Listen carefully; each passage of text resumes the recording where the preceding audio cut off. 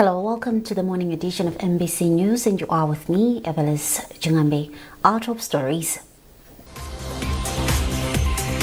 Finance Minister discloses IMF's issuance of a letter of a prospective assessment on Malawi's economic reforms. People of Balaka commend government for expediting upgrading works on the Mangochi turnoff on Sibe Road. And in sports, Blue Eagles collect all 3 points in their opening match of the FDH Premiership season after beating Ekaya FC.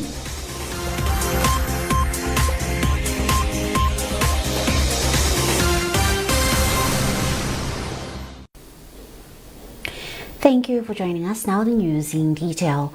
Minister of Finance Joseph Mwanamveka has disclosed that the International Monetary Fund, IMF, has expressed determination to support the Malawi government. The IMF has issued a letter to carry out an assessment on Malawi's economic reforms. Mwanamveka said this when commenting on his recent trip to the spring meetings in Washington, D.C., United States of America, with the IMF and World Bank. Barbara Mandira has the details. Speaking to MBC, Finance Minister Joseph Mwanamveka said the IMF and the World Bank are pleased with the progress made by Malawi government on a number of economic reforms it is implementing. Mwanamveka has also disclosed that the IMF mission will be visiting Malawi early next month to assess the economic performance. The IMF are quite happy. So with IMF, we have agreed that I think they are going to write what they are calling an assessment letter. They are going to call, or they are going to write the cooperating partners, informing them of the progress that we have made. That I think we have done a lot in trying to stabilize the economy. So they want to ask the donor community, those in Malawi, those that support us in Malawi, like the EU, like UK government, and other cooperating partners. They need to help us, to give us the resources so that we are able to quickly stabilize our economy. With regard to the World Bank, I would also say that we had very successful meetings. I think we managed to request the World Bank to assist us. The first one was to conclude GEST 2, which I already mentioned, the GEST 2, where we have received $80 million for the district councils and municipals. In addition to that, they have also agreed that they're going to give us additional resources, approximately plus minus $100 million. This is what they're going to support us under what we call the crisis window, or what we call response, is called the Rapid Response Facility, RRF. They're going to help us, and that is quick money. We have been told to quickly write the World Bank, which we have already done. Last week I have already done the application. We're expecting that in the subsequent week we should be able to receive resources under this response. The Finance Minister explained that the World Bank has also committed to support Malawi government with a Rapid Response Facility, RRF, as one way of reducing the economic challenges emanating from the Israel-Iran war. That we are getting from the IMF and the bank is a strong message or indication that the donor community, the IMF and the World Bank, are quite happy with the leadership of His Excellency Professor Zabuka. They are happy with the way the economy is being managed. They are very happy. That's why they are able to commit their resources. That's why they are going to give the resources, both the IMF and the World Bank. But in addition to that, once we receive these resources, obviously they are going to help us in stabilizing the economy. The government of Professor Zabuka will do whatever it takes to show that we have adequate foreign exchange. Because that's the only, if once we address the issue of foreign exchange, I will grant you that we will not have any issues in terms of business. I know people are struggling to go to do business or to go outside, to go out maybe for medication. I'm also aware that the importation of key materials, raw materials for factories, for companies, is becoming difficult. We are aware of that. But I would say that to me, I would say it's something that will be addressed. It will be addressed soon, as our President, Professor Zabuka, has been saying. Meanwhile, Mwanamveka has assured Malawians that His Excellency Professor Arthur Peter Mutharika's administration is working tirelessly to mitigate the challenges the country is going through. Barbara Mandira, MBC News, Blantyre. Women have been called to embrace vision and passion as essential tools for sustainable business and economic independence. Minister of Health and Sanitation, Madalito Waloi, made the call in Lilongwe during the 2026 Business Summit organized by Diaries of Young Ladies and Women. The summit aims at promoting women's economic empowerment, leadership and self-reliance. Mphatso Mataya has filed this report, being read by Austin Fogola. The minister emphasized that having a vision is critical to women's empowerment. She stressed the need for women to develop a vision for sustainable business. Waloi added that this aligns with the government's mission of empowering women. She said this is why the president has put in place policies to support women's empowerment. Today has been one of the good and wonderful days because I've taken time to talk to young people under the organization of Diaries of Young Ladies. Of course, it comprises of youth at different ages. And for me, my main topic was how to balance career and also business, but also making a life decision, which I believe is key if we are to have young people that we are depending on in this country, but also in their livelihood, everyday work and support. So I've encouraged them to look at life as to have a goal in life. Everything don't just happen. You plan for life and you invest in what you want to be. So we just want to encourage them that they don't have to look down on themselves. Even the president is looking out for them by setting up various initiatives like funds for loans and all that, because we want to have a young generation that is very active, that is able to make money, that we can rely on in this nation. United Nations Women Representative Lete Chikhwawa echoed the remarks, stating that 52% of Malawi's population are women. She said empowering women has the potential to drive the development of the country. Malawi's population is almost 52% are women, and with that population, it is the women who will make the country of Malawi grow. So if women are economically empowered and they're able to contribute not only to their families, but they will also contribute to the development of this country. So it's very crucial that Malawi embraces the urgency, it embraces the innovations and the entrepreneurship that is in the young women of Malawi so that it can grow. Tafaswa Mangaka, project manager for Diaries of a Young Lady and Women, said their mission is to see women having their own businesses. She added that they will provide assistance to women who have innovative ideas of starting a business. The main behind it was to showcase strong women like the ones we had, the Honorable Minister Madaliso and the UN Women Representative, to guide these women that they can be whatever they want to be, to transform them and to inspire them to be able to take up space and be great in business and entrepreneurship. Looking at the economy of Malawi, not so many women are business owners. When you look at big business owners, it's usually these big men. We have a lot that I can mention, but we don't have women that are owning their own businesses. So this initiative comes from that. We want to begin to build entrepreneurship platforms, skills for women to build their own businesses. The summit attracted various stakeholders from the business sector, including the Malawi Revenue Authority, insurance companies, business women, and students from different universities. Participants were awarded certificates for their involvement at the summit. Government says it is prioritizing women's welfare as they are not only drivers of economic development but are also central to peace building and conflict prevention. The Minister of Gender, Children, Disability and Social Welfare, Mary Navija, was speaking in Malawi during the 2026 World Women's Day of Prayer English chapter. Margaret Mabando has more in this report.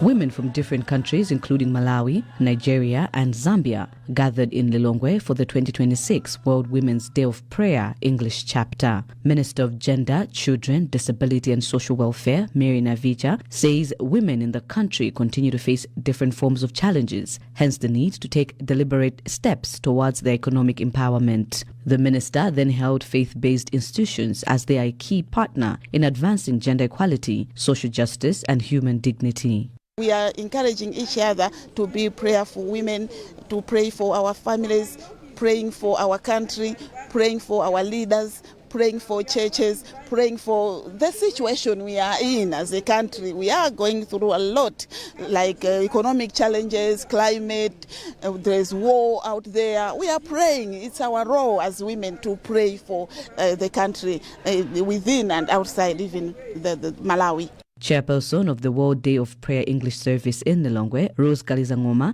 says these prayers have seen women from different countries and churches come together and share their experiences. That we should also feel that, yes, though we are facing these challenges, we are not the only ones, but God is there to help us through Jesus Christ. So that's the message which people have to take home to say, yes, we have these challenges, but Jesus is there, is calling us that when we are burdened, we should go to him and he's going to help us. Catholic Women Association Nigeria President at Maula Parish, Faustina Eke, says these gatherings foster unity and has urged women from different countries to unite and empower each other. For women, coming together is a good thing. And I think this prayer is uniting us. But we have started, we are not going back. Every year we'll be joining them to participate in this good thing. You know, when women come together and pray, God hears our cries.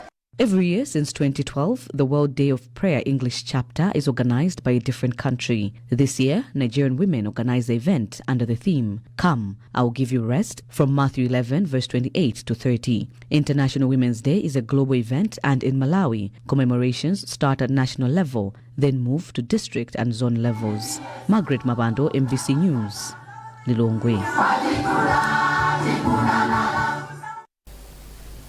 People of Balaka have commended government for expediting upgrading works on the Mangochi turnoff on Sipe Road, which has for many years been in a bad shape. Emmanuel Tuala took interest on the construction works currently taking place on the stretch and has compiled this report. As one meanders through several detours along Mangochi turnoff on Sipe Road, one will witness heavy construction and upgrading works happening on this stretch under Nakada Road Corridor Phase 4. Msipe to Mangochi turnoff, which is 55 kilometers, runs from Msipe on M1 Road up to Chingeni on M1, then Chingeni to Mangochi turnoff on M3. One particular area that got my attention was here at Chienda Usiku Training Center under Group Village Headman Chienda Usiku of Traditional Authority Msamala in Balaka. I witnessed massive equipment working on a culvert, which has for a long time been a challenge on the movement of runoff water during rain season to the people around the area. Ernest Chanache of Jiang Construction Engineering Company tells me the presence of this heavy construction equipment on this road signifies heavy investment that government is making towards this particular road, as well as the upgrading efforts to a regional trunk road with a 7-meter carriageway and 1-meter sealed shoulders on each particular side.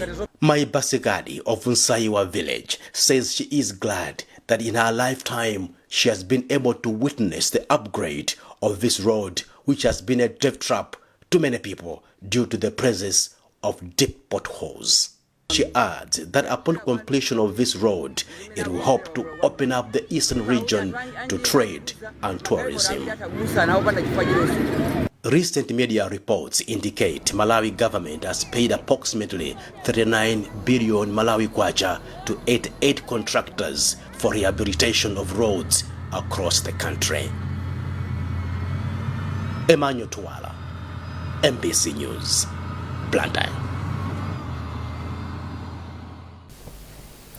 You're watching MBC News and you are with me, Evelis Chingambi. A reminder of the top stories. Finance Minister discloses IMF's issuance of a letter of a prospective assessment on Malawi's economic reforms. People of Balaka commend government for expediting upgrading works on the Mangochi turnoff on Sibe Road. And in sports, Blue Eagles collect all 3 points in their opening match of the FDH Premiership season after beating Ekaya FC.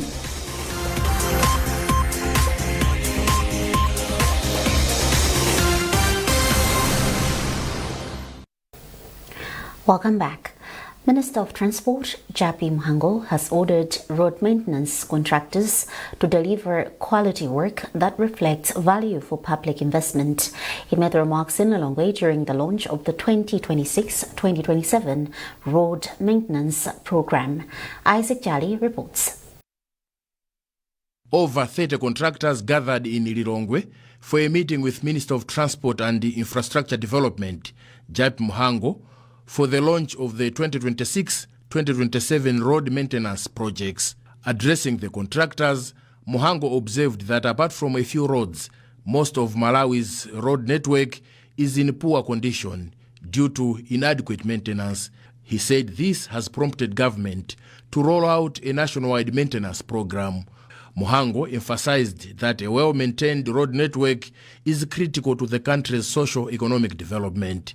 He, however, warned the contractors against poor workmanship, noting that substandard work has over the years drained public resources. For the past 4 or 5 years, all the roads were abandoned. There was no proper road maintenance by the previous administration, and that has resulted in destruction of almost all our roads. Actually, if we have got one road standing in this country, probably it's only one, the road from Liwonde to Mangochi. Other than that, all other roads are in a dilapidated state. So today we are glad that we have relaunched this program. Why? Because we now have the road levy up and running through MERA. 3 key pillars that all contractors are supposed to abide by. One is to make sure that at all times they are maintaining high standards as they are embarking on this important journey. That's number one. Number two, they must make sure that they are operating within the agreed timelines. So if a contract is for 150 days, it must be delivered within that specified period. But finally, it is within cost. Meanwhile, Acting Chief Executive Officer for the Roads Authority, Joel Longwe, said the authority will ensure that all projects are completed on time. These maintenance interventions, we are spreading across the whole country. So they are ranging from 150 days up to 11 months. Some they go 11, 12 months. Let me take advantage that apart from what we have said today, government has also identified funds to do periodic maintenance. When we do say periodic maintenance is to come up with another layer, surfacing layer on top, from Bunda Turnoff to Nsipe and from Chingeni to Blantyre. One of the contractors is Wasi Civil Engineering Company, which has assured government and Malawians of its commitment to quality work. The company's financial director is Mustafa Hassan, who said contractors are ready to deliver. We're going to work according to the specifications and the standard of the government, and we are showing the nation that we're going to try our best to work as much as possible, as well as good quality of the project, so that the Malawians should appreciate our service as well. Government of Malawi has awarded 88 contracts worth 39.6 billion kwacha. The works include routine maintenance, pothole patching, replacement of road signs, and upgrading timber bridges to concrete decks, and all projects are expected to be completed by March 2027. Isaac Jali, MBC, Lilongwe. The Tobacco Commission has engaged tobacco buyers to address concerns of high rejection at the auction floors. Spokesperson for the TC, Teleforus Chikhwawa, has confirmed to MBC that the two sides commenced talks on Friday last week. Erlene Chimoyo has more. Tempers flared at the floors as growers protested the rejection of their tobacco. The opening week of the 2026 market has registered high rejection rate as high as 98%. The development has seen the Minister of Agriculture, Rosa Mbilizi, calling for talks with the buyers towards bringing sanity to the market. According to Gwenembe, the buyers have, among other issues, cited oversupply as the main reason, saying that most of them overpurchased the leaf last year. The rejection rate on the auction side of the market in the first few days of trading was enough for us to realize that something is not right. It's sad, and this must be the first in many years. What is coming out prominently from the engagements with the tobacco buying companies is the fact that last year these companies purchased more than they needed. Now this year they already have stocks. That has been compounded by the fact that tobacco-producing countries in the world have produced a lot this year. So the customers who purchase from our buying companies have a wide choice. So far, a total of $4.8 million has been raked from the market from 2.2 million kilograms of the leaf at an average price of $2.13. Out of the total value raised, $7,958 is from open auction tobacco, with the bigger value representing contract tobacco. Meanwhile, the talks are set to continue this week until a compromise is reached. The government has since assured farmers that their tobacco will surely be bought. Elin Chimoyo, MBC News, Blantyre. The Democratic Progressive Party DPP has urged Malawians to remain patient and united, noting that President Professor Arthur Peter Mutharika is working relentlessly to address the country's persistent challenges. Regional Governor for the party in the southern region, Charles Mchacha, made the remarks at Mitole Ground in Chikhwawa during a development rally. Chisomo Brek reports.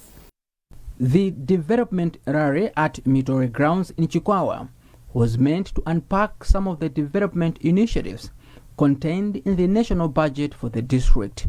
Addressing the enthusiastic supporters, Mchacha underscored that the DPP-led administration will build Chikhwawa Chapananga and Tabwa Fatima roads and implements other flagship development initiatives in Chikhwawa. You have seen our budget documents. If you go into that document, you can see that Chikhwawa Chapananga Road is there, and the Tabwa Fatima Road is there.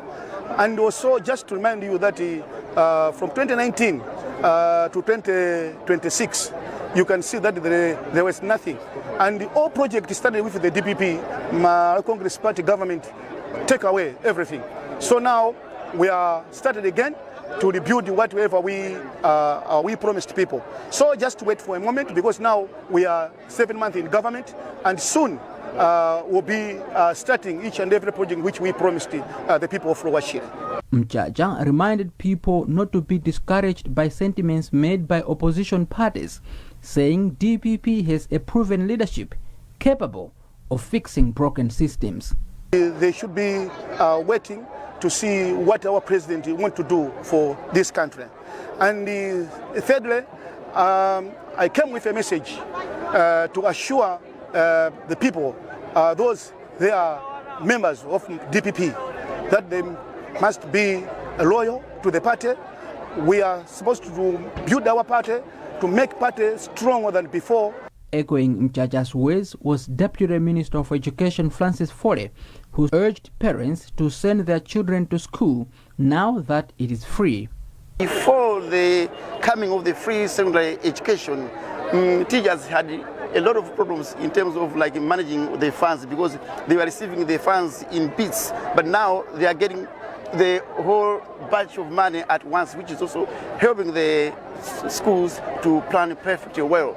I can assure you that now Malawi is living the promise of His Excellency Professor Arthur Peter Mutharika. What is that promise? That's free secondary education. In the September tripartite election last year, DPP received 22,000 votes out of 30,000 votes in Chikhwawa, and the party is well aware of the need to deliver on its manifesto to sustain people's trust. Chisomo Break, MBC News, Chikhwawa. Reserve Bank of Malawi Governor George Partridge has called on commercial banks to prioritize employee welfare by promoting activities beyond their workplace. Partridge made the remarks at Silver Stadium in Lilongwe during the Bankers Association of Malawi Sports Day, which brought together 9 financial institutions competing in various sporting disciplines. More in this report by Yanko Kajingwe, being read by Margaret Mapando. Speaking after the sporting activities, Reserve Bank Governor George Partridge said bank employees often spend long hours in office environments, making it essential for institutions to create opportunities for physical activity and social interaction. He said such initiatives are key to improving employees' health and well-being, while also enhancing productivity and overall workplace performance. I expect that banks also should invest in the welfare of their staff. I think it's important that the welfare, including issues like sports, meeting together, networking, it's very important for the well-being of their employees. Meanwhile, NBS Bank Malawi Communications and Corporate Affairs Manager Sharon Jumbe commended the association for organizing the event, saying it provides a platform for employees to unwind and engage in physical exercise that promotes their well-being. Competitions like bankers are very important when you look at what we aim to get at the end of the day. As bankers, we are very much considered serious people.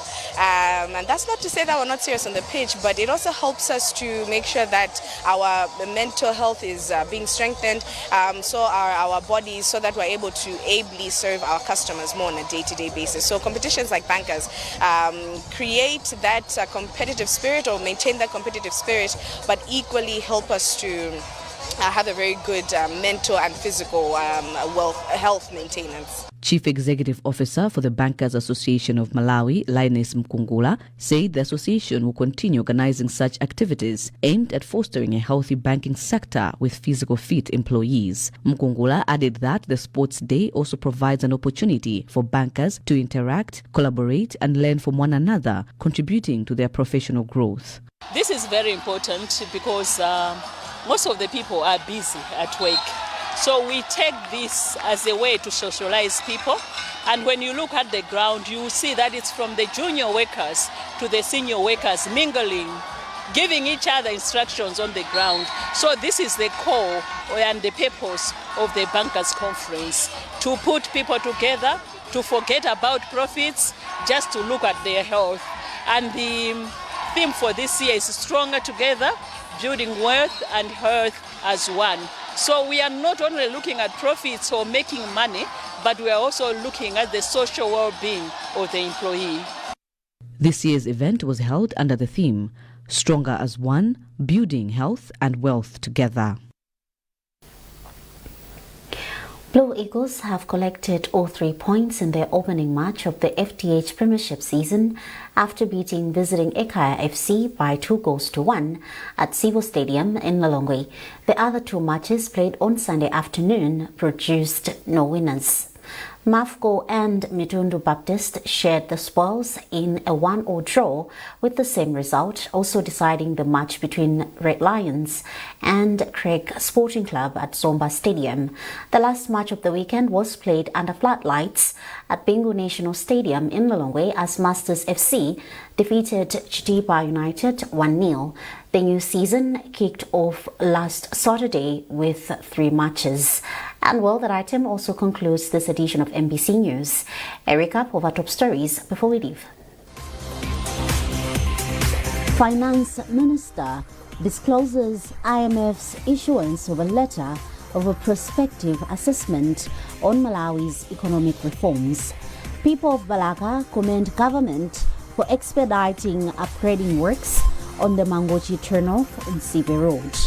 And in sports, Blue Eagles collect all 3 points in their opening match of the FDH Premiership season after beating Ekaya FC.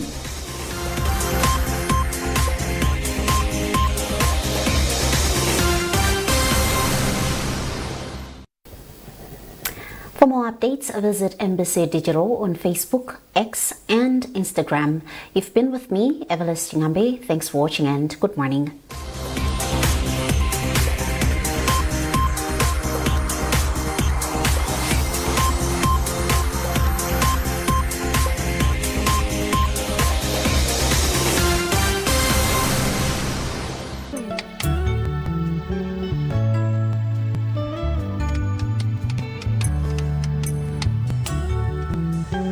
Let somebody shout hallelujah. In my life, I will be done. Is anybody like that here? Let me hear you say it loud and clear.